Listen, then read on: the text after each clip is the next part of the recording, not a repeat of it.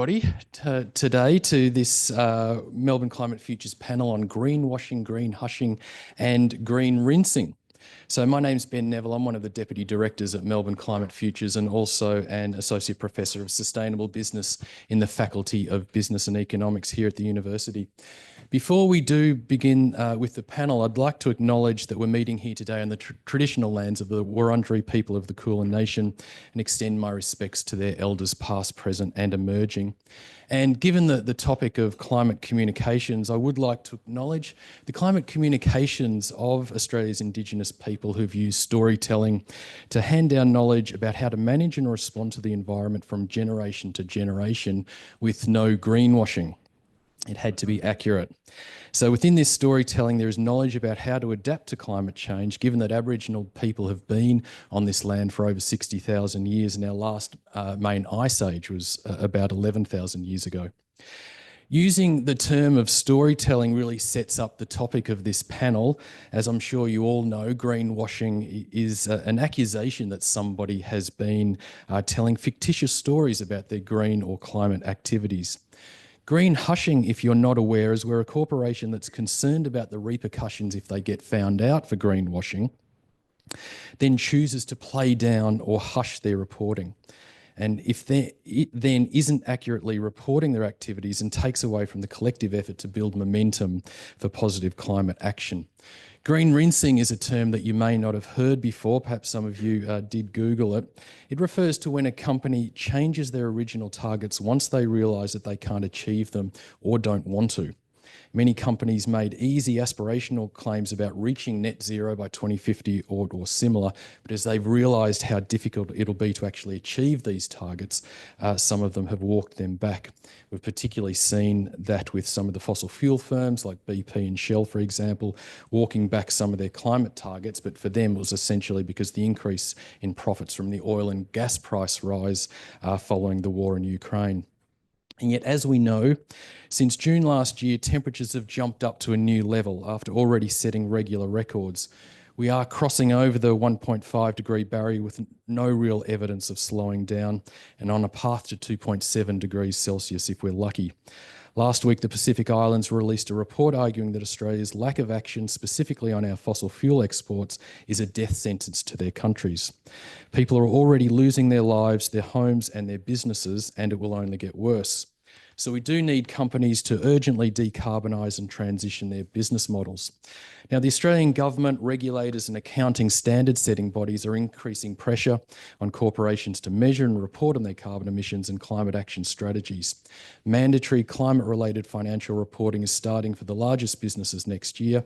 And if you don't get your climate reporting right, regulators have begun making examples of companies by penalising them for greenwashing. Activists have been taking companies to court for lying to shareholders and consumers. So this places new and unique pressures on corporate reporters to get it right by navigating the new requirements and transitioning to sustainable business models, all while maintaining profitability. So our purpose today in this panel is to understand the new climate reporting ecosystem and the requirements it places on Australian businesses, and to interrogate it to the extent that it might be effective in getting Australian businesses to decarbonise and transition their business models effectively. And we have an excellent group of panellists to help us achieve this purpose.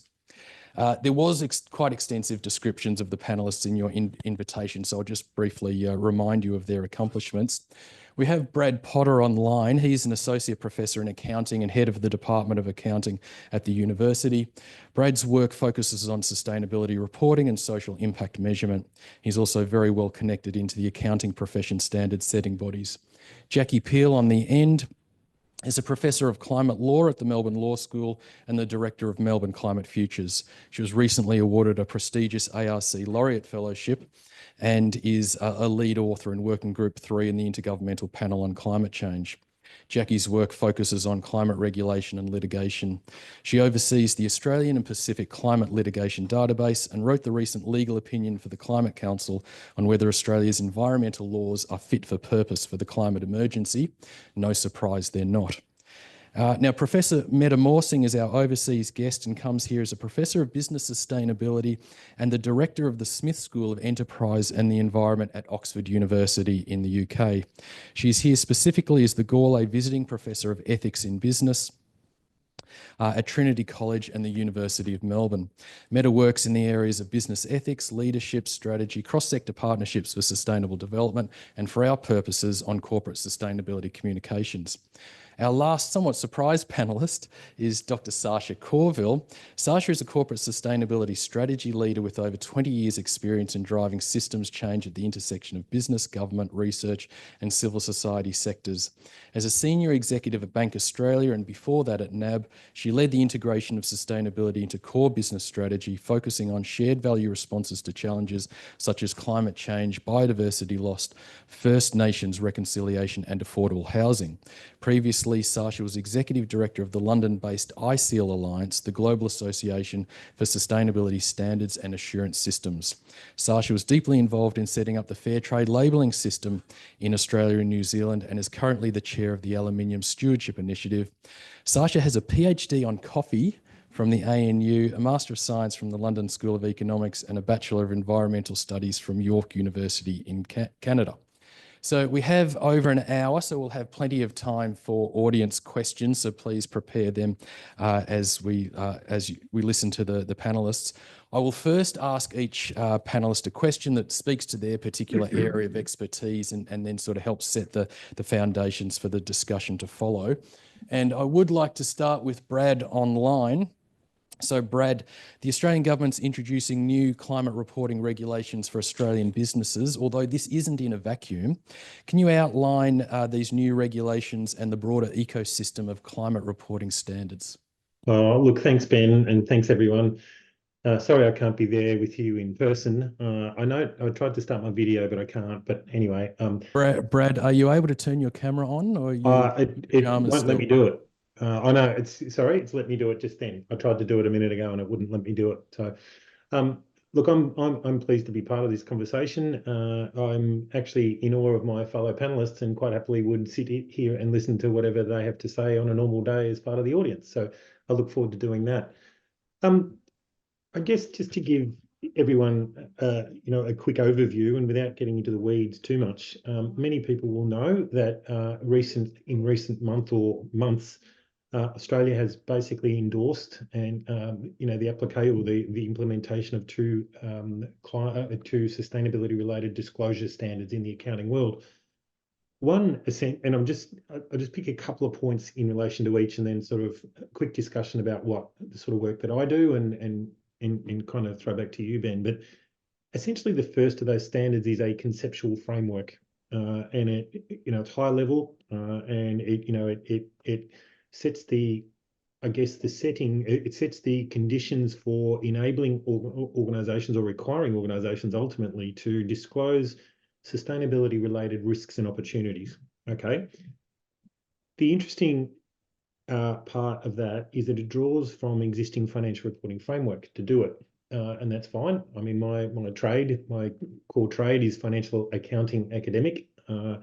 Once upon a time, but that means, I'm going to come back to this, but that means drawing on concepts like materiality, fair presentation, and a new one called connected reporting or more connected information, which I'm going to come back to. The first, I guess, specific issues related disclosure standard is S2, as we fondly refer to it, as climate related, not climate only, but climate first is I think the mantra, and it requires firms to disclose climate-related physical risks and transition risks associated with different climate scenarios. An implication of this, and an interesting implication of this for me, is ultimately this will require the entities affected by it to disclose greenhouse gas emissions scopes 1 to 3. And the scope 3, and Sasha and others might have some views on this, but scope 3 is the one that seems to be getting a lot of attention from firms at the moment, introducing a lot of complexity. Broader implications of that is that anyone seeking to deal with the big organisations affected by these regulations will have to get their scope 1 and 2 systems and counting in order. because scope 1 and 2 for a partner is scope 3 for, one of the big organizations, essentially. Simplifying it a little bit. You alluded to this in your opening comments, Ben. To me, not quite obviously, quite understandably, the phasing in of these regulations is, focusing on the bigger end of town. And the very big end of town, 500 million or more revenue, gross assets, 1 billion or more, 500 employees, and entities need to basically satisfy 2 of those 3 tests. The long, the short sort of implication of this is that by 1st of July, I think, 2027, there are 3 classes of size in terms of size of entities that will be captured by these regulations, and the smallest entities that will be captured by these regulations are those with 50 million or more turnover, 25 million or more in gross assets, and 100 or more employees. And to me, that kind of misses an opportunity for us. In Victoria alone, we have 700,000 small businesses. Now, some of those are single person businesses, etc. Yes, the cost of applying these regulations in their entirety would be prohibitive for small organisations, but a lot of these small organisations are also looking for ways in and looking for ways to contribute. So I think there's, some of our work is focusing on the smaller end of town and enabling them to sort of scaffold their thinking and start thinking in ways to prepare themselves to for a better climate future, and also to be able to position themselves to deal with the big end of town if and when that opportunity arises. The only other point I want to make, though, is that while disclosure standards are good, and disclosure, I'm a glass half full kind of person. They make huge inroads. There are certainly opportunities for organisations to be held accountable for their accuracy and the precision, and I'll let others talk about that.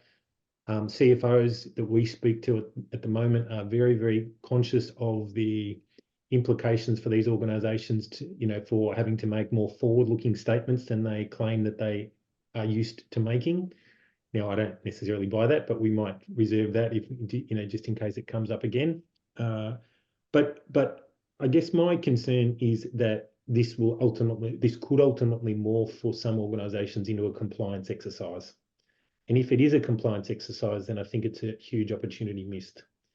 I mean, things like the materiality definition, for example, we know that if we apply materiality in the way that it was ultimately designed to apply, then that should lead to sensible decisions about what to report and how to report it.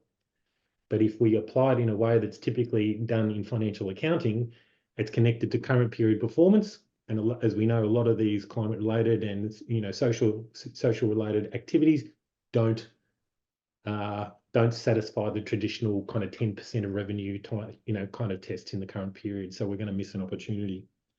We do know that if we connect reporting sustainability information more closely and more carefully to financial reporting, not only does it result in better sustainability reporting, but it results in better financial reporting as well. And to me, that's the sort of holy grail, and that's kind of where a lot of our work, is focusing on at the moment. So look, I might leave it there. I'm not sure that necessarily ticked all the boxes in terms of a detailed summary of current developments, but hopefully that's kind of, helpful for now. In the time I gave you, I think, Brad, you did an excellent job at sort of giving that overview and also unpacking and focusing in on some of the core issues. And one of the things that you did allude to were the legal implications of not getting it right, which is where Jackie comes in. So Jackie, can you tell us how Australian regulators have been using the courts to penalise firms that greenwash, and then how climate litigation might evolve in the next 3 years, where activists or private litigants are unable to use these laws to prosecute companies, which is a point that Brad didn't include, so you might want to just detail that. That's a lot of.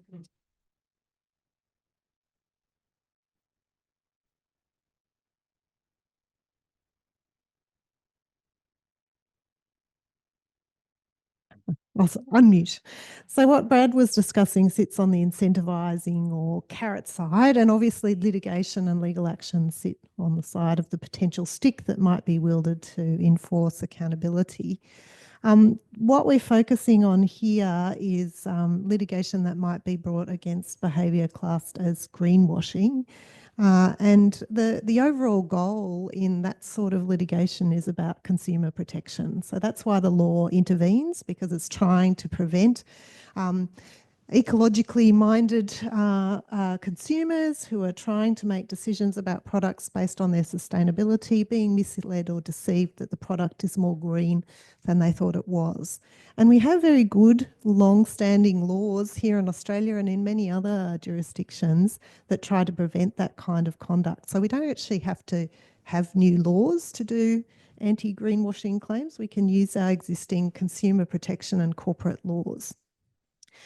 That's combined in Australia with a very strong trend towards having a lot of climate litigation. So I often say that Australia is a hot spot for climate litigation, and the reason why is because we have more cases dealing with climate issues than any other country in the world bar the US. So we have a long tradition of taking these issues to the courts, and what we're seeing in the corporate context is that that is also an avenue that's emerging as we move into this area of looking at corporate accountability. So the database that you mentioned, Ben, that we maintain at Melbourne Climate Futures on Australian climate litigation, when we did a sort of trends search across that in 2023, we were able to identify 30 cases that were already falling into this category of greenwashing litigation. So that's quite a lot globally, and we're seeing the same trend globally as well. Sometimes they're called climate washing cases rather than greenwashing. In terms of the sorts of things that are being brought, they're either being brought by regulators. So the ACCC was which is our competition regulator, was an early sort of first mover in this area. But more recently, the ASIC, Australian Securities and Investment Commission, has been bringing don't worry, I don't need the notes anyway, has been bringing a lot of these enforcement actions. And recently we've seen them being brought against financial services companies like Vanguard Investments, superannuation trusts like Mercer, in relation to financial products that they're offering to consumers that are making claims about the level of investment involved in usually fossil fuel assets, or the extent to which products are being screened against ESG criteria. And in those cases, ASIC's been successful in its enforcement actions, and we've had some reasonably large civil penalties recently handed down in the sort of 11 million to 12 million range against those two companies. The other thing that we're seeing is civil society entering this space to bring cases. So there's one ongoing at the moment. In fact, it's been going for a long time. ACCR, which is a sort of corporate watchdog, suing Santos. They started this case in 2021. It's just made it to court proceedings now. So this is obviously not a very fast process. But the court proceedings started before the federal court yesterday with opening statements. And the basis of ACCR's claim is looking at the annual reporting done by Santos, and also its climate reports, which it issued separately, at least in early rounds of climate reporting, and investor day briefings that it's provided, allegations that some of the that there were misleading statements or representations made as part of that documentation. In particular, that Santos has put out a plan to get to net zero emissions by 2040, which was described in these various documents and investor day briefings as a clear, credible plan with tangible actions being taken. And essentially what the ACCR is arguing is that those plans are a plan in name rather than in actuality. And really, there's not a very clear pathway there to get to net zero emissions. In fact, it looks like production emissions would increase.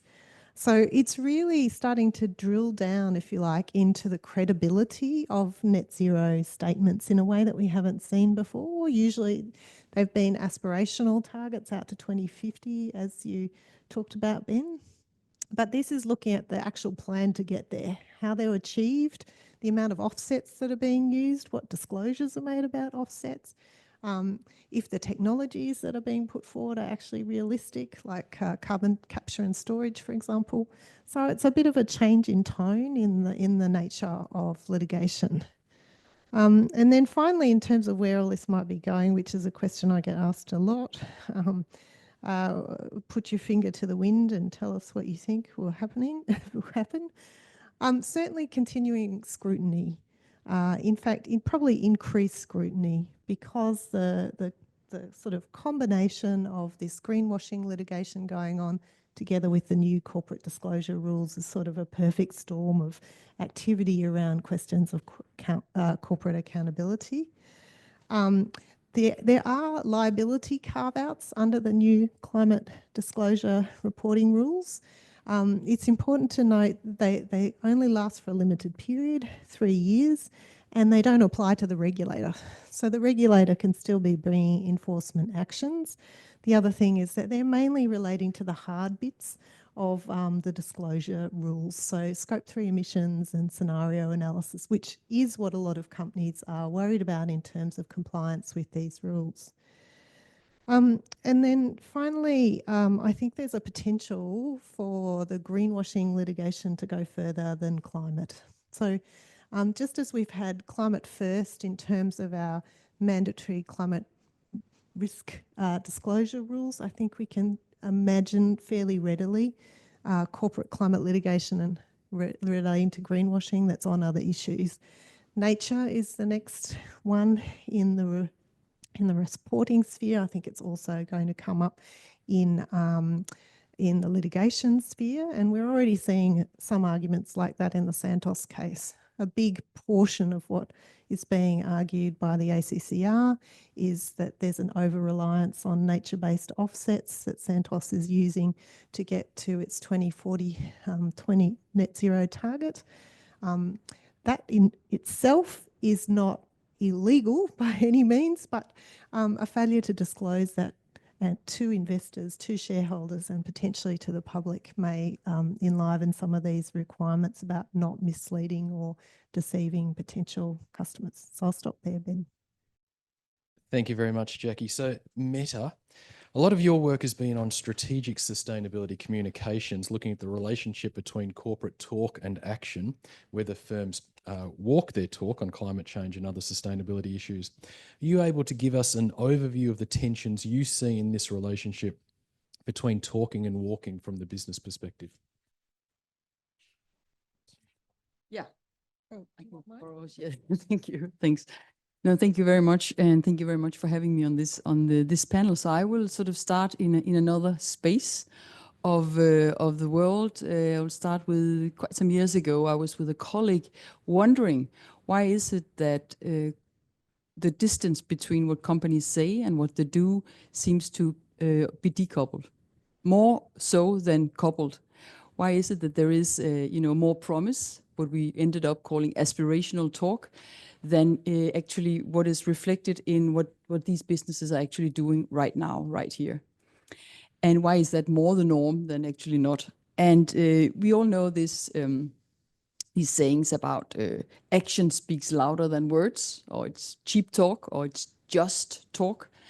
And we started to read some of the linguist philosopher James Austin's work on the performativity of talk, trying to understand what talk actually does to individual relationships, but also in an organization, in a corporate setting.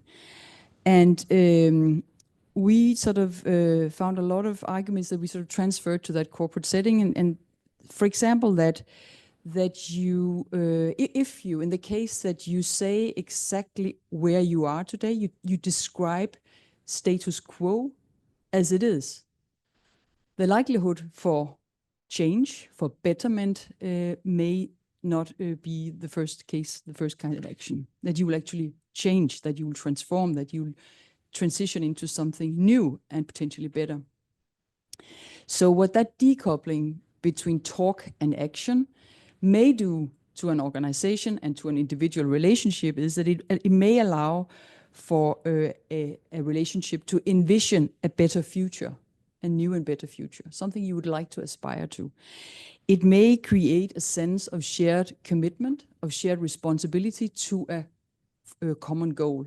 For example, what the Sustainable Development Goals are trying to achieve these days. Without being regulated, legislated, they're setting a kind of an ambitious, some could call it a dream, some could call it a hope for the future, some could call it a goal where we should be in a world we would like to live in. It may also motivate you to do something different than what you do today instead of keeping in the routine. It may motivate you to think about changing your behavior of today and act differently, consume differently, produce differently, because you have a common goal of another future. It may inspire your stakeholders to do the same. It may also signal a commitment that you want to change. You may not have the, as we have seen, and as you said, it may also signal a commitment to a net zero world. We're not really sure exactly how to get there, but we know we have to. So we need to find the means, and we want to show the world that we are committed to that journey as well. So it may also drive innovation and thinking outside the box, the sort of the confinement of where we are today, our daily habitus. If you are allowed to say something different and set a target that is different from where you are today. So that was sort of inspired by linguist philosophy. Again, it's not law we're talking about, it's not litigation, we're talking about relationships between people and a commitment by talking, that there is this performativity in talking. So of course, there is the big challenge with that talking and that aspirational goal setting, and it's a very big tension, you could say, about time. So there's a temporality tension, because we will only know, maybe not next week, maybe not even next year, but maybe sometime into the future, whether those aspirational goals have actually been achieved. And maybe some companies who are trying, and that's what this theory would say, the Greenrinsing. Some people have really tried, they really wanted to show the 2030 commitment, 2050 commitment, but on that route, they understand that they need to sort of target. They don't want to lie, but they understand at some point in time, they don't want to greenwash, go that route. They understand that they need to reset the target. They need to rethink, realistically speaking. They can't do it that fast or in that way, so they need to set new targets. So so that's a question of when IKEA, Sony, Porsche, or the companies, or some of the companies, for example, like Coca-Cola, Henson Mauritz, Morgan Stanley, have all been recently sort of critiqued for greenrinsing. And then of course, we may sort of think, are they greenwashing, or are they greenrinsing with a kind of an argument for we actually need to do this more realistic. We don't want to lie to the public or to our investors, to our consumers. We need to rethink how we're doing this. So that's the kind of discussion in that kind of setting. So doesn't mean that we don't want people to report accurately on what they have done in the past, but it means we may want to allow them to sort of set new performative targets by the way they speak about that future. Yes. I just want to say just another thing, just before I hand over back to you, Ben, and that is about the sort of the kind of self-reporting that thank you, that we rely on today. I think there's something really interesting happening in right now. I'd love to put that into the debate here also about the geospatial, sort of the satellites who will deliver a lot of the data for the accuracy and the real testing of what is really going on the ground, where we may not in the future have to rely so much on the self-reporting. Anyway, my sort of main contribution here would be that rethinking of the distance between talk and action, how they can be performative, also in a positive sense. Thank you very much, and thank you for adding in that mention of the use of technology there at the end to really keep us honest. So now moving over to Sasha, so we've heard from Brad around sort of the reporting regulations and the standards, from Jackie around those legal implications, the potential for litigation in the courts. And now from Mette as well around the performativity of that aspirational setting of goals, which might be well intended. Maybe sometimes it isn't, and it is just about ticking a box and getting rid of the activists, getting them, out of the way. From your experience inside organizations, what can you tell us about these tensions and how does it work? Well, maybe just to start, I am speaking from both my own experiences, but also from perspectives that I'm hearing from a whole bunch of people that are working in businesses, not only in the financial sector. So this is just kind of, and these are my thoughts. It is complex. It is really, really challenging. And for businesses that want to take action on climate change, among other issues, you're threading a needle. Like, it's a really, really difficult pathway to walk. And I think what we need to get to is some kind of understanding of this is the pathway that we're going on, and you want to knock off the businesses that are clearly trying to mislead people. And at the same time, we're going in spaces which are incredibly complex. We're dealing with ambiguity, and we don't have all the answers, right? So we are tackling an issue like climate change is incredibly complex, and no one has all the answers. So you want to, whatever companies are disclosing, the other thing that would be good to tease out is we can talk about corporate disclosures, which is what the upcoming regulation is around. That's about what a company is doing. But then you have also entity level disclosures, like what's happening at a particular mine site or a particular factory. And then product level or service level, and they're different, right? And if you're a business that's trying to communicate your climate disclosure activities across different areas, it gets really, really complicated. And the tools that we have set up for company level kind of pathways are not the same tools that you need for product level. So it's just something to think about, especially for when we get into the greenwashing, which is normally thought of in terms of a consumer kind of communication. I think what I will say, and we'll throw it out there to see if we want to have a discussion around the climate disclosure requirements coming, is that they are really, really important. But what is happening is that there have been a number of businesses that have been working on climate disclosures in a voluntary sense for about 5 years now. And they've either been from investor pressures or from a sense of leadership and wanting to try things and learn things before it gets done to you type thing. And with the disclosure requirements coming, there are a whole range of businesses that are kind of trying to get their heads around this for the first time. It's true that not all it's a small group to begin with, tier one companies, but most companies are going to be caught up in the supply chain of those big companies. So it's going to affect a lot more than just the tier one to begin with.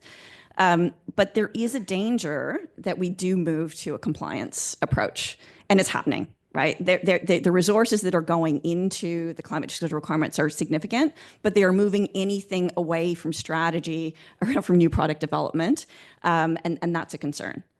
So we have the regulation now, which is fantastic. I don't ever want to say I don't want climate disclosure requirements, but there is a risk, and it's happening. People are moving to a compliance mentality, and the leaders that have been doing this for a while are freaked out about greenwashing and the court's activities. And that will slow down progress and activity. It's already happening. If you go to any product development activity in any business, they are scared of putting anything out there that has a green claim. So and you need that, right? You need the innovation. You need the ability to experiment and play. At the same time, you need to balance off misleading claims. And so there's this really difficult space that businesses are in, and we have to figure out a way through that. I think we have to recognize that we're dealing with systems transformation, and one business cannot do it alone, right? So, for example, Brad, you were talking about Scope 3 emissions. In Bank Australia's case, the organization I was most recently involved with,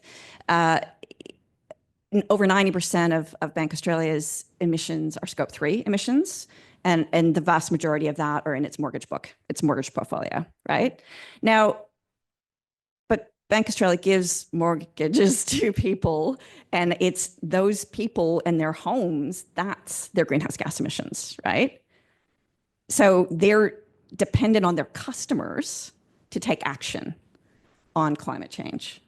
So we're in a complex world. We're in a world where the companies don't have the direct ability to drive and change that. So it does get complex, right? I think,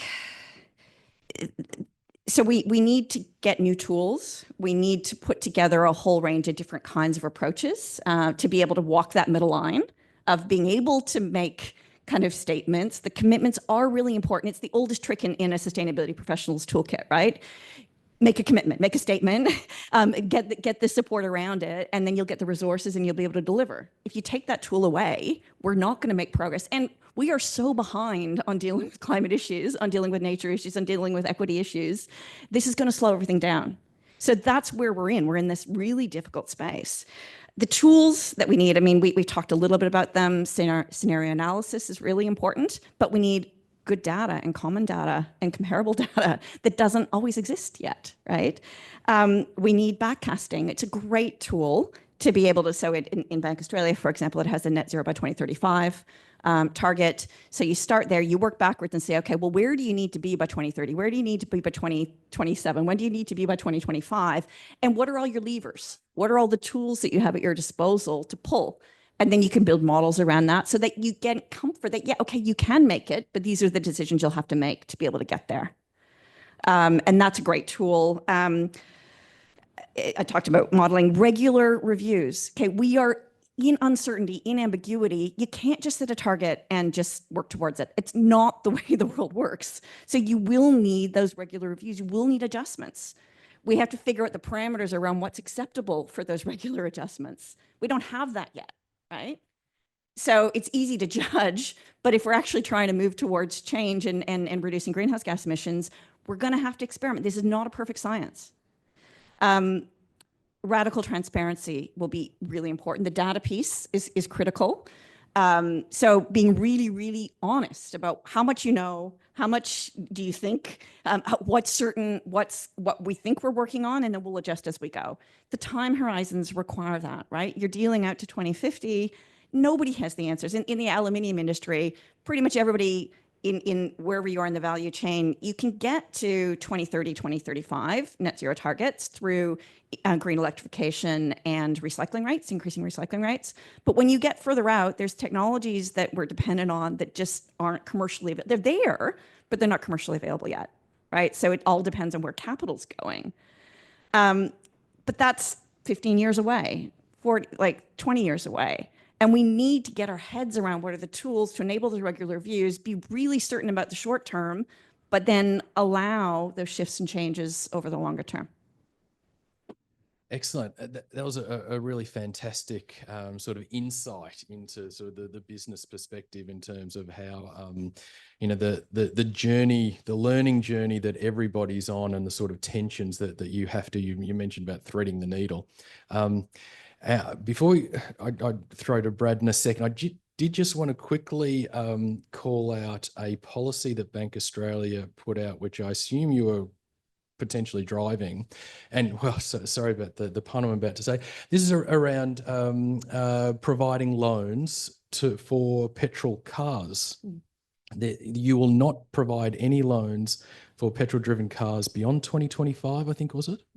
So it's not me anymore. I don't represent Bank Australia, but yes, the policy was that Bank Australia would cease to provide car loans for internal combustion engine cars, new cars from 2025, but would continue to provide loans for secondhand cars until the market in renewables was sufficient. Sorry, like EV cars was sufficient to enable people to have access to EVs.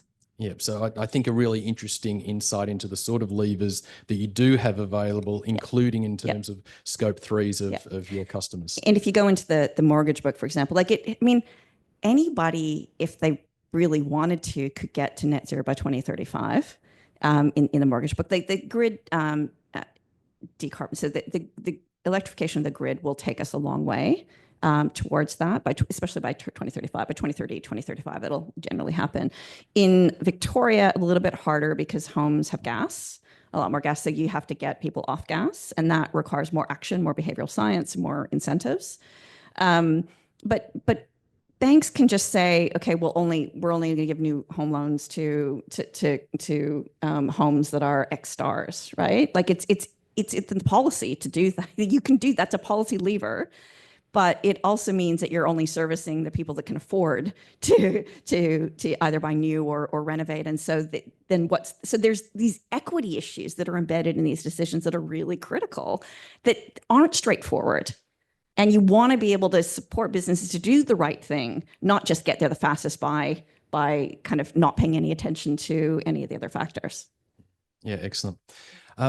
And so you also referred to scenario analyses before, and you also talked about the absence of data. And so this is where, Brad, I'm going to bring you in because you've been involved. Clap, because he's so excited to talk about his research on scenario analyses, looking at the way that Australian businesses and others have been using scenario analyses. Can you give us an overview of that research? Yeah, look, thanks, Ben.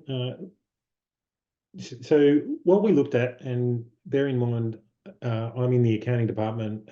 This is not an accounting issue. This is the small part of this disclosure issue that we can perhaps add some information about is how certain disclosures resonate with capital markets, right? That is a small part of the light that we can shed on this. And as a consequence, we first did some work for the Australian Accounting Standards Board a few years ago to understand, or 2 years ago, to understand scenario and disclosure by the top 200 companies, listed companies in Australia. And as predicted, and it makes perfect sense, that disclosure was all over the place. So in terms of different scenarios and different report out, different pathways, all sorts of things like that. Now we have some guidance in the standards that have been released now about scenarios to report against. Not complete guidance, but that's okay. But more recently, we looked at a study. We based on data in the US. They've got more of a runway for this by way of disclosures through the Climate Disclosure Project, and we gathered data from 2018 to 2022.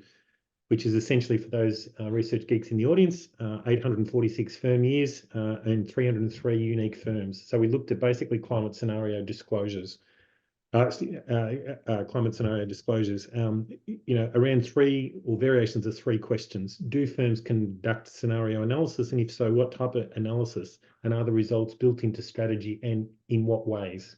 All right. High level results, voluntary scenario analysis is associated, not careful to not say cause and effect here, but is associated with higher market valuations.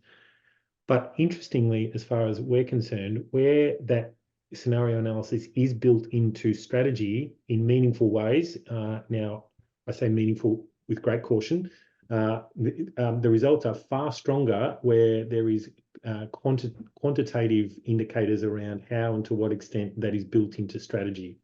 So the scenario, so we did all sorts of cuts and all sorts of tests on whether certain scenarios resonate with the market, and nothing was there. But it's more a case of whether companies are meaningfully taking the scenario analysis and informing their strategy. And to us, that kind of, at a high level, that sort of makes sense.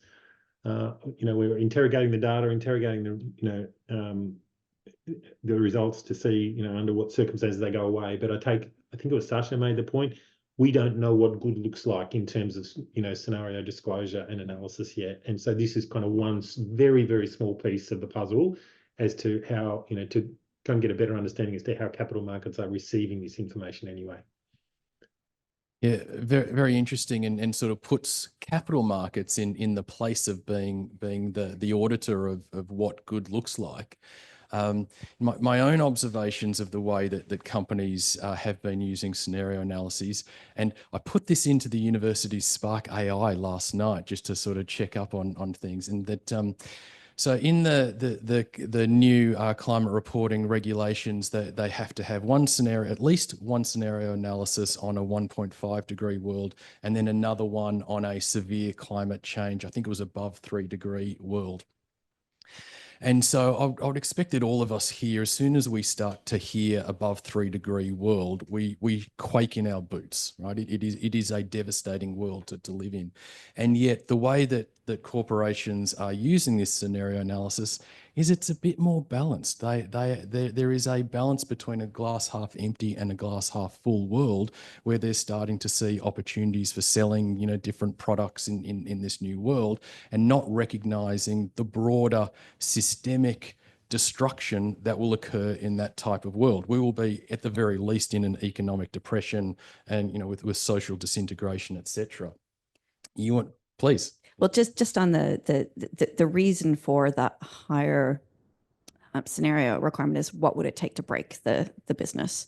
Like it's a climate risk kind of lens. So it's like, under this condition, can your business still operate? Can your business still provide the products and services that you need? And so it gives you the worst case scenario that you can then work backwards and hopefully find. I don't think anyone's looking for, well, except for the insurance industry, that's definitely looking for opportunities there. But I think it's I don't know too many others that are looking at it from an opportunity perspective. It's a risk management lens. And so, Brad, I wanted to ask you, now with the new climate reporting, with any sort of financial reporting, there's a requirement for auditing, and there's a whole industry around it. Can you sort of talk to how you might see auditing sort of develop around these scenario analyses? Yeah, look, that was certainly a topic for conversation last week's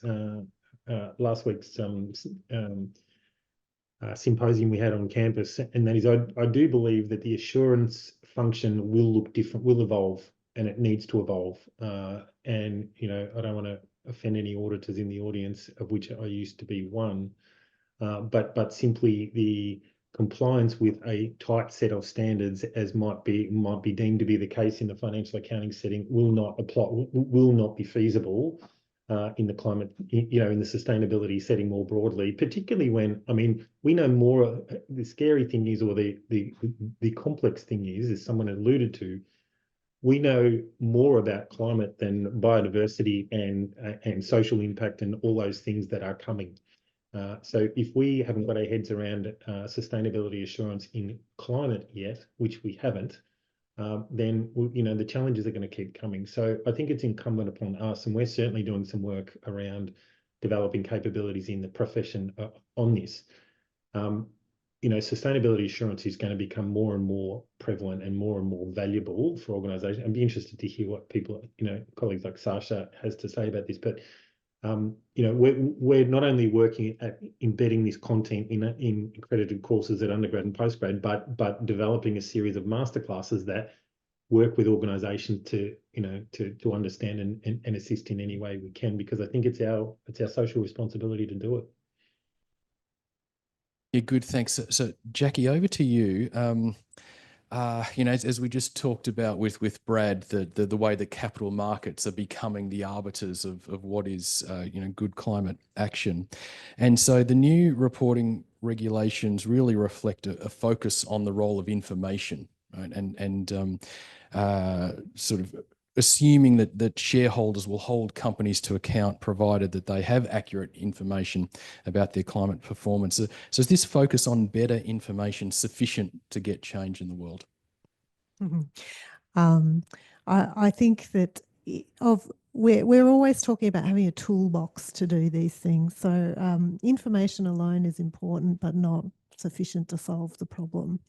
I just wanted to reflect on actually some of Sasha's comments before about sort of threading the needle. Another analogy that came to mind for me is like, when you go to those bumper bowling things with kids and they've got guardrails on either side.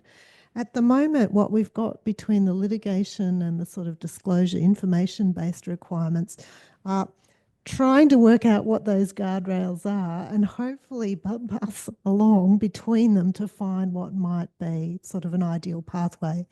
But in this context at the moment, we are facing a lot of uncertainty. I'm not sure in that situation whether litigation is always a helpful tool and whether compliance is always a helpful tool. But that's the pathway that we're heading down. And so there will have to be, perhaps Sasha's point, more honesty about the limitations of what can be delivered. My sense on the litigation side is that you're probably going to see the worst offenders targeted, though there has been some of the ASIC enforcement kind of proceedings that seem to have a sort of zealous pursuit of compliance over sort of focusing on who are the most egregious actors, which could be counterproductive over the long term. But I think that there's got to be sort of some compromise that's reached, and that's the sort of work that I'm trying to do in the laureate for the next couple of years, sort of thinking about what's on the accountability side and the law side, what's on the sort of disclosure information-based side, and where you can find a middle ground so that we are allowing companies to experiment and to learn while doing, but also that there is a measure of accountability, because we do have very stringent timeframes and goals. You mentioned I've been involved with IPCC for the 6th assessment report. I'll be involved in the 7th assessment report. Those reports are becoming more and more dire about the time frame that remains to actually achieve these kinds of goals. So I think to your points before, Mette, about the importance of talk and allowing space for performance and sort of envisaging of different futures through talk, how we can maintain that space while also having some level of accountability so that we know that the worst actors are being held to account. That's the difficult balance, or the needle that we're trying to thread. Yeah, So I don't think I answered your question at all, Ben, but I've happily expanded on the things I wanted to expand on. You have, and you've sort of segued nicely, but but recognizing that time is running out, and we have been in a context where business has been dragging the chain. They should have known for a long time. I'm sure many of us will have known the climate scientists at ExxonMobil, for example, in the 1980s. I think they were already predicting, very accurately climate change and then getting involved in driving climate denial. Mette, I thought to sort of segue on from what Jackie was saying. So climate reporting really serves two different audiences, one external, one internal, which can be potentially difficult to manage. And so with in reporting out to external audiences, shareholders and other stakeholders, there can be a motivation to put a positive spin on things because you're trying to gain trust and develop relationships and now the Australian government's climate reporting regulations are all around what is financially material. But then internally, you need to be getting accurate information so that you can actually manage the business. Do you have any comments on how you can sort of balance reporting to these two different audiences? Yeah, and I would even say sort of I think we're also mixing genres. I think that the accountability, the reporting, it needs to be accurate. It needs to sort of depict what did we do, where are we right now. So there is no doubt about that. There is a need for that. There's a necessity, whether it is self-reported as we see today, or whether it, I believe, very soon will see to be helped by other kinds of technologies, AI coming in, but even the satellites we have. I have some of my research team back in Oxford are, for example, looking at geospatial financing, how you can via satellites track the deforestation, let's say in Brazil, and not just see where the deforestation is happening in real time, but also who's the farmer, where did that farmer actually borrow money to make that farming and that cultivation of the land to livestock happening, maybe from some big bank or investor in London. So suddenly all these networks globally become transparent, and you don't even have to ask the farmer anything. You can actually get that data from somewhere else. And that sort of gives another perspective on what reporting will look like in the future, which I think is daunting, because somebody will have to decide what those satellites and that AI is doing to sort of aggregate the data, achieve the data and aggregate the data in the future. But that is a whole different scenario than the self-reporting we see today. And I think it's very, very interesting. That's on that part of it. I think it's, of course, even more complex with what you mentioned, both of you, about nature and nature finance emerging right now.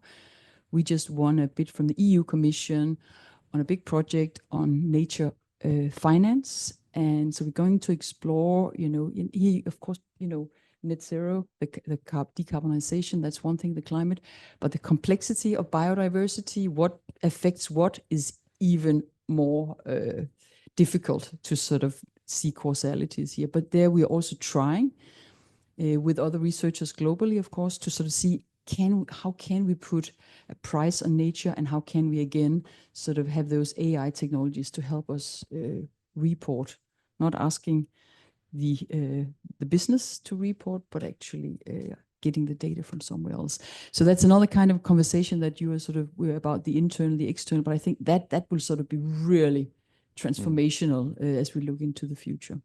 And of course, I'm sort of interested, and back to your internal question about it, we just had a little debate about that before we started here, and yesterday we had another debate about that somewhere else. I was about the role internal in the organization of the, let's say, the chief sustainability officer, and how the changing of that role from maybe being the one who's sort of, thinking a little bit about where should the company go, setting KPIs for the leaders inside to motivate, incentivize leaders to actually go along that route that the company has been deciding, to becoming more compliance oriented. And I know you have some strong opinions. I'd love you to say more about that because I think it's so interesting, because that chief sustainability officer has to perform a lot of roles. It's about crisis management, it's about compliance, it's about resource optimizations. It's also about marketing, even sort of differentiation to what is everybody else doing in the industry. And maybe in doing all that operations, forgetting about the real issue, which has to do about the strategic for the future. Yeah, fantastic. And so I might just ask one more question to Sasha, and then I'll open it up to the floor and to people online as well. And so obviously the question that was flagged by Mette then was on compliance, and which you have some strong views on, and especially in terms of how sustainability and climate action is being embedded within the corporation. Can you give us some insights on that? Sure. So, I mean, I think maybe the first thing to flag, and we've talked a lot about reporting with the climate disclosures, reporting should be the end of the process, not the beginning of the process. So you need to think about where are you going from a strategy perspective, and I'm use the TCFD kind of framework here, but there's strategy, then you have here, governance, strategy, metrics, and then kind of the disclosure risk kind of elements as well. So you don't want to report things for the sake of reporting them because you have to. You need to think about this as actually, let's embed it in the structures of the organization and into strategy. If you can embed it into strategy, then everything else follows, because you then put financial resources into it. You'll have risk frameworks around it, et cetera. So to the question you were raising, Mette, around what's the role of the chief sustainability officer? It really has to be thinking, as you say, the next steps. It's building capability across the organization. It's finding, well, what are the right structures? What are the right networks internally? It's not just the KPIs, but what I am seeing happening now across a number of Australian businesses is, with the climate disclosure kind of requirements coming, the sustainability teams are being cut. And they're taking one or two of those people, they're putting them to the finance teams, because the finance teams are responsible for the disclosure activities. And with that, you lose the strategy, you lose and I mean, we've just talked about how complex and how ambiguous this is, right? Like, so it's always going to need to iterate and to evolve and to learn. And if you don't have that type of function embedded in the organization, be it sustainability or whatever, you won't adapt and evolve. You will not have a competitive advantage. There won't be embedded in strategy, and it will be a compliance exercise. And that, unfortunately, is happening right now in Australia. My hope is that it's cyclical and that it will shift and change when, wonderfully, there's more resources and we're moving out of a cost of living crisis. But unfortunately, our time is running out. Thank you. So do we have any questions from the audience? And let me guess who might be first. Hans. Always number one.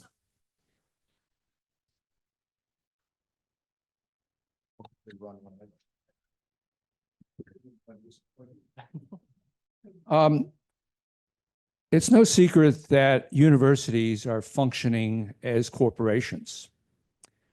Vice chancellors refer to themselves as CEOs. So I guess my question is, are universities, particularly here in Australia, engaging in greenwashing? So they go on about being committed to environmental sustainability and climate action, but there seem to be some discrepancies. Ongoing investment in fossil fuels, excessive use of lighting, Melbourne Connect is a good example of that, and a heavy commitment to air travel, not only on the part of academics, but students, particularly international students. And the university is accounting now for staff air travel, but they haven't even begun to touch their reliance on international students. And there's a real panic now that the government is talking about setting targets on the number of international students. Well, nobody talks about the environmental unsustainability of our reliance on air travel, both on part of staff and on part of students. So anyway, maybe I'm answering my own question, but I'll throw it back to the audience. Panel. So, Mette, you wanted to start? Yes, I'd love to respond. Thank you very much for the very good question here. Well, before I entered my job as Professor of Business Sustainability at Oxford, I was for 4 years working in the United Nations with about 800 universities, business schools around the world, and our work collectively towards the Sustainable Development Goals. And I think, like a university, we should look upon what is the biggest impact we have on the world, and that's our education. That is what we put into the classroom. That is what we put into the textbooks. Chapter 1 in the strategy textbook matters a lot for how the world is going to transform or not. The kind of decisions our students are taking when they become leaders of the world, when they become employees of the world, that matters. I can give you the number of 220 million students. We graduate, we give an undergraduate or a graduate degree every year around the world out of universities. And 1/3 of them comes out of business, law, and economics. 70 million, 30% is what we graduate. So just imagine if we sort of had climate change, not just as a little elective somewhere in the curriculum, but in the core curriculum of any business school, every year on an ongoing basis, giving 70 million universities, 220 million young people, an insight in the complexity of climate change and what, you know, the implications of climate change, biodiversity, the human rights involved, etc. How that may sort of transform the world towards the better. So I think that's the biggest role of the university, that is to, you know, what we put into the classroom. So that's the impact we should focus on. Thank you. And I think Hans's question was also going to the operational aspects of universities. If you're sort of thinking with the mandatory disclosure laws that we're focusing on big companies, universities are big organisations.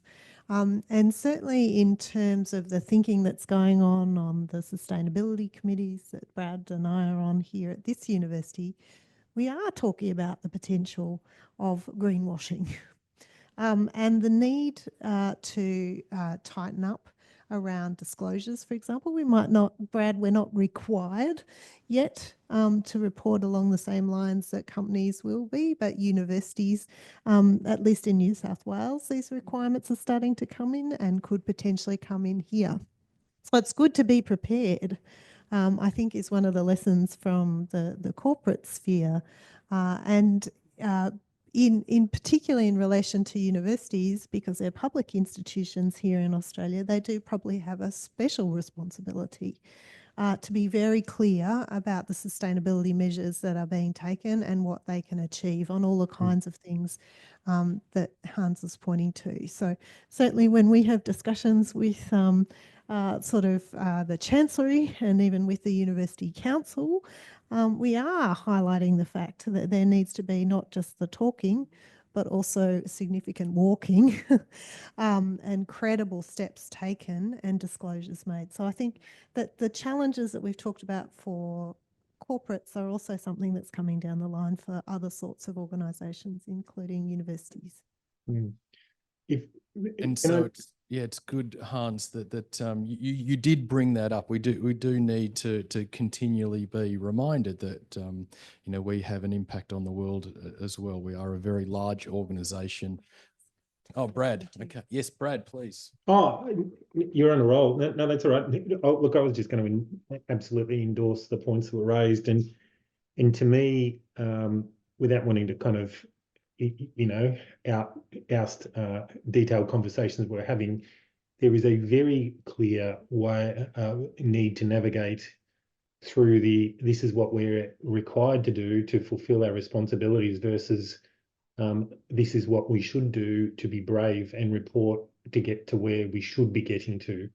And that's kind of ties into the points that a number of people raised before about if this morphs into a compliance exercise and that's where we stop, we've probably missed an opportunity. So I agree with the sentiment, of Hans's question, 100%, and all the points raised. And it's a complex thing because the core part of our business model has historically been the things that Hans absolutely correctly alludes to. So, but let me just say the discussions on the committee that Jackie was referring to are full and frank, aren't they, Jackie? Is that a good way of summarising them? But we are also a very complex organisation with different sort of incentives and purposes, just like a large corporation as well. So it's a difficult and complex learning journey to try and get everybody on board, sort of reflecting the collective action problem that we have, globally as well. Some more questions. I'll take one question in the room and then we'll go to online. Hello, my question is for Jackie, and it's on the legal liability litigation side of things. And it's really whether you think the stick is big enough. So given that we've just got consumer law, which has fines, okay, there's civil law, but there's no, that common law duty of care got kicked out. So it's possible that companies who are bad faith actors would simply regard these legal costs as just a simpler cost of doing business, and that cost is outweighed by the increased profits from, say, gas export contracts, for example. So what's the prognosis there for any change and increase in the size of the stick? Yeah, it's make it a disincentive for greenwashing. Really good question, because there's a kind of mismatch, an understanding in the legal community that the sticks are actually pretty minimal. If you look at the ACCR case against Santos, they're seeking injunctions and declarations. We're not talking pecuniary remedies, so no sort of fine. And even in the ASIC cases that have been brought, they look like big fines to the ordinary person when you get in the millions. They're not in terms of the benefit that probably came out of being able to market those products in a particular way for a certain amount of time. I think, though, that the perception of the liability risk in the corporate sphere is sort of looms larger in boardrooms and a lot of the discussions within businesses than might be the reality in terms of what the law can offer. So in interviews that we've done about this kind of question, how much does the litigation actually motivate changes in behaviour? We're sort of seeing this outsized effect of the shadow of liability creating concern within businesses and changing behaviour. Sometimes that's through the medium of people like the CSOs, the Chief Sustainability Officers, using that to leverage or incentivise greater behaviour. But we do sort of see this sort of built effect around a liability. And I think one of the key things there is not so much the nature of the penalties, but the possibility of personal liability for directors. So we haven't actually seen, obviously, that kind of litigation, But the fact that we can talk about it and we can tag a few cases, that seems to generate enough interest at the moment to drive some sort of behavioural change. So I agree with you in terms of the actual, if we look at the tools, they're pretty limited in the legal toolbox, but the effect that they seem to be having seems to be increased. But Sasha, I think, is wanting to comment. Jackie, just to add a couple of things. I mean, I think that that's spot on. Anytime anyone says personal liability, people freak. So that's definitely an interesting tool. But if you think about the costs of what Santos is going through right now, for example, in that particular case, I mean, it's the reputation risk is huge, right? And that's quite tangible and intangible. But it's customer loyalty, it's regulatory, the relationships with government, which is really, really important when you're in the fossil fuel industry. It's employee loyalty and engagement. It's your institutional investors that are all watching these cases really, really, really closely. So the cost of capital in the future. So these, if you add them all up, it would dwarf any penalty that would be assigned. Is it enough? That you could still debate that, but it's much more than the sum of a penalty.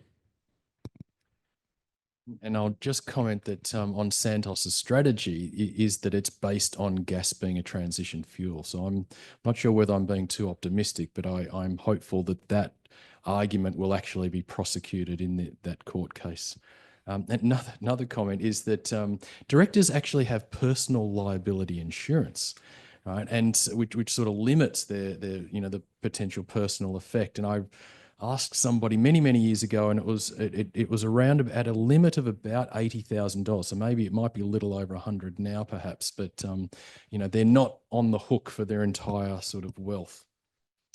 Do we have a question online?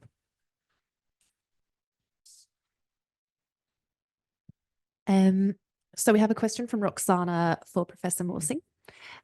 Could you speak about power dynamics in using AI to combat greenwashing?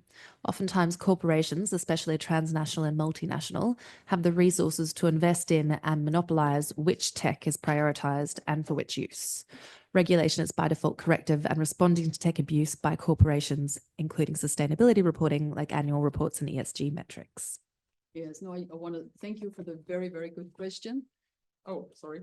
Yes, no, I want to say thank you to Roxana for the very, very good question. And I would say that I don't have a very good response to that very good question. Just to say, highlighting it is really important to see there will be an imbalance in who can afford to collect the data and what is asked for, what is collected, and what is seen as legitimate and relevant for what kind of use, what kind of purpose right now. Of course, there is a big concern already for the big tech and what they're doing with all our data.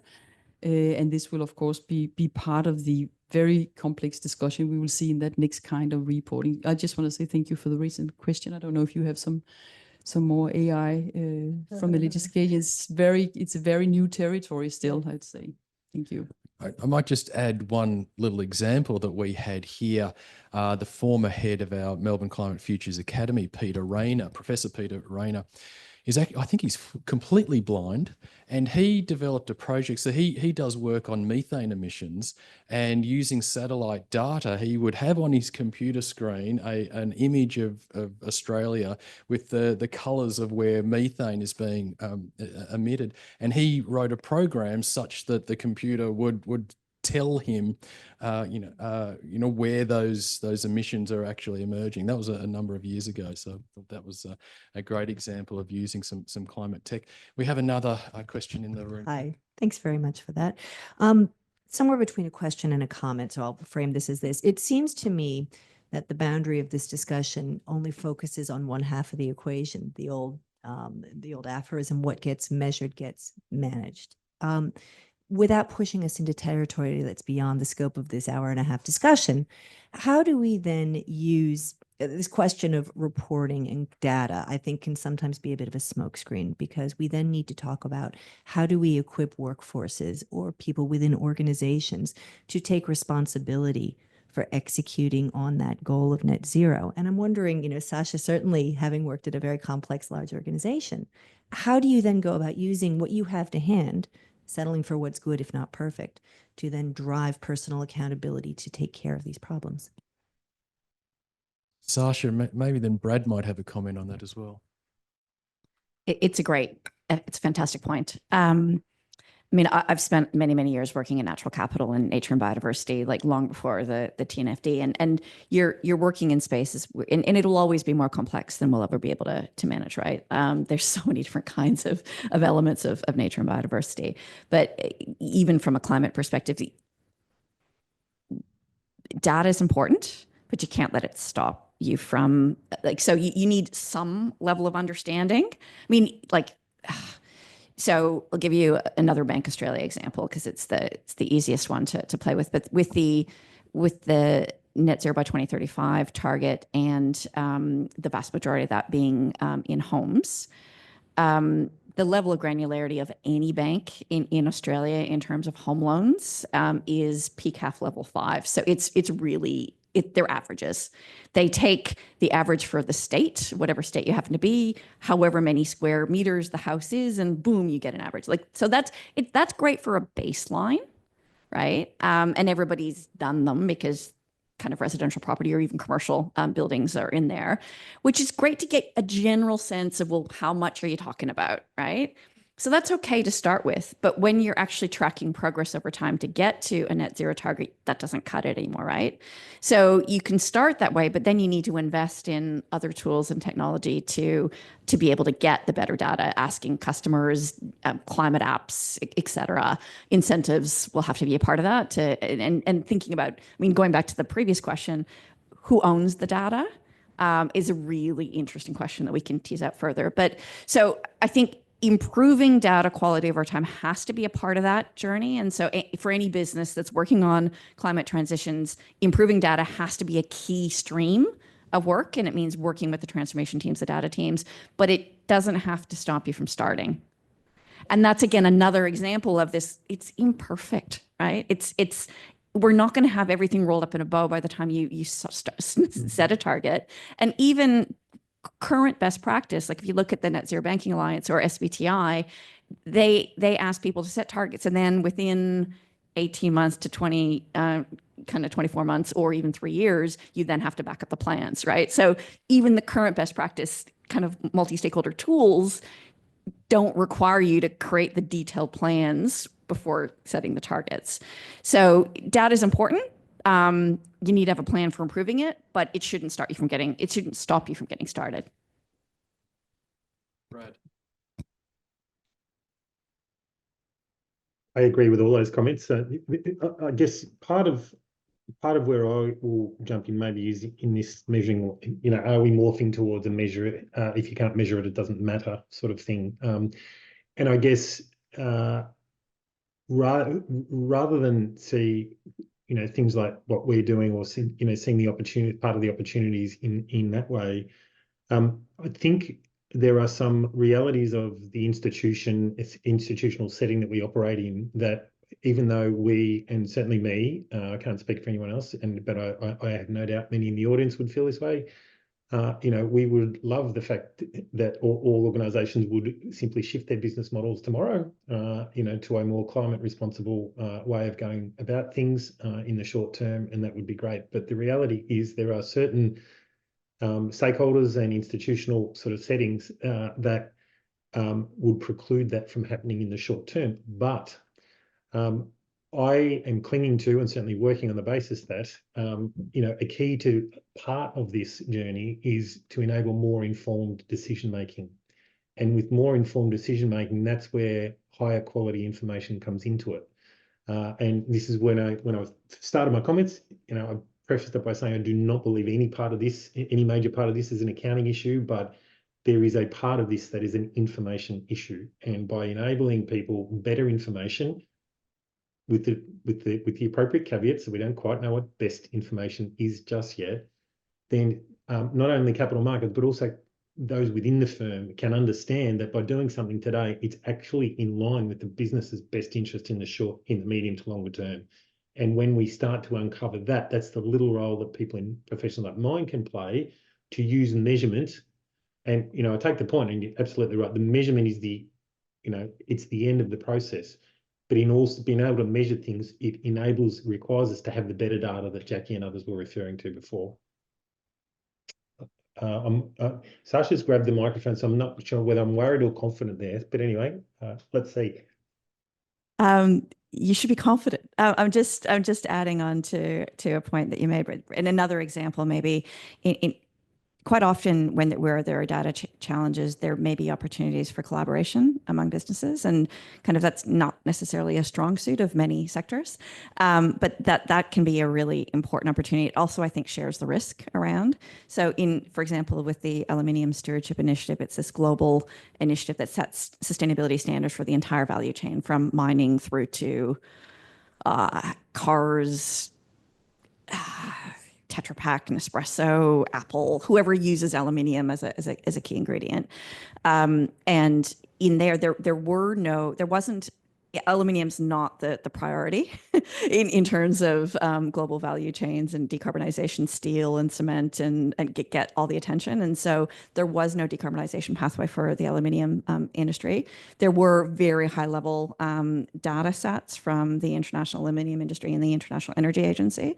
And so this kind of global association, multi-stakeholder initiative with social and environmental NGOs plus businesses together created this entity level 1.5 degree decarbonization tool. So it brings data available to businesses and to civil society, and it's common in it. So that's just an example of collaborations that can bring data together and in a more uniform and accessible way.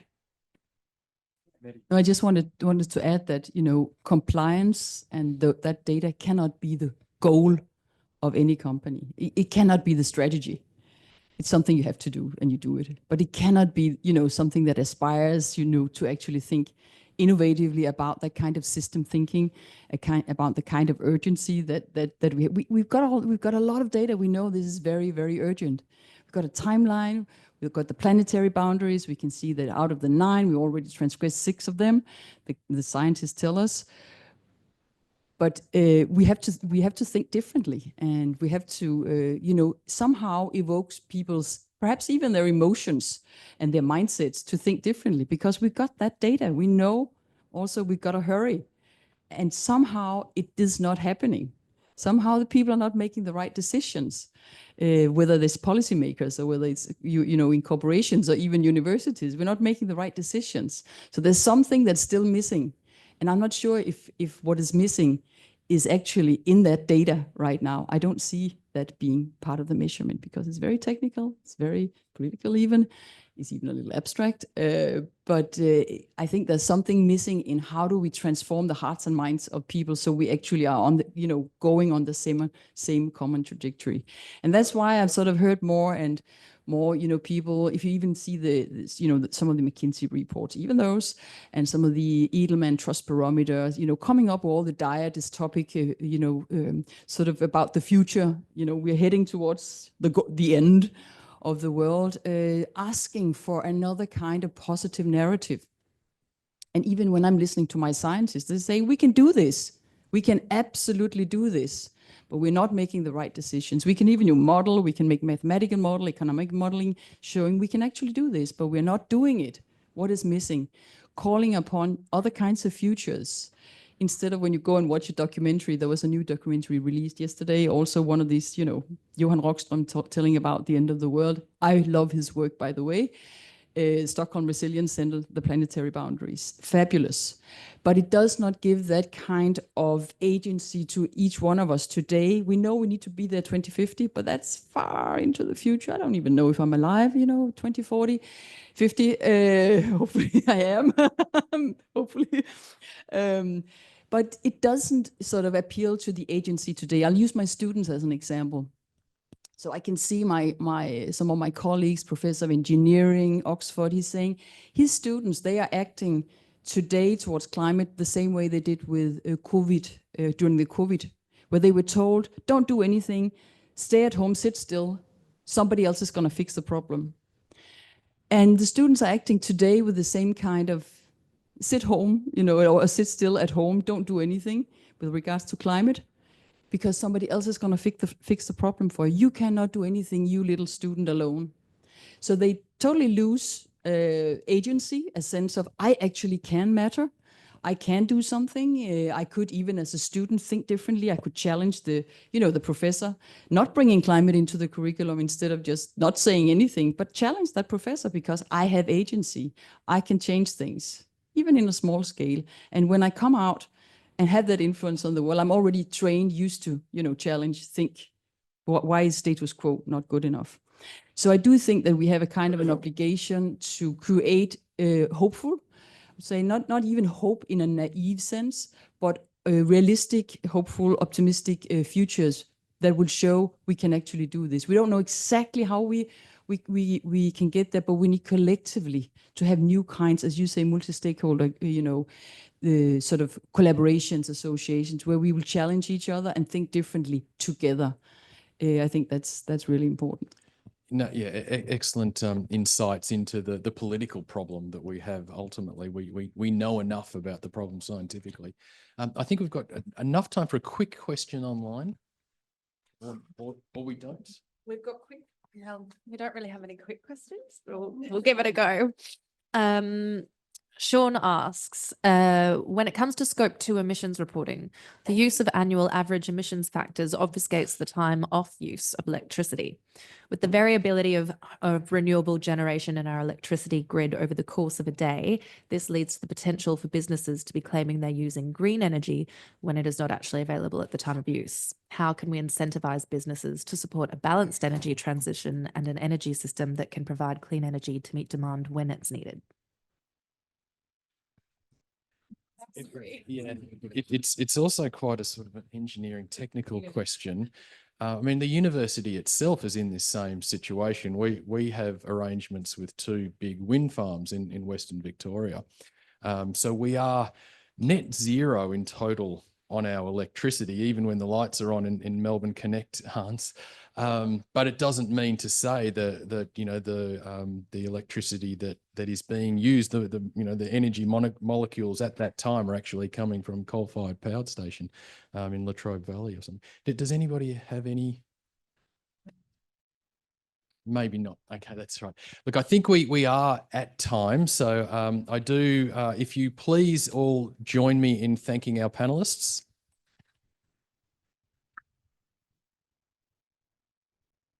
And thank you to everybody, both in the room and at home or wherever you are, for your questions and your engagement. Thank you very much.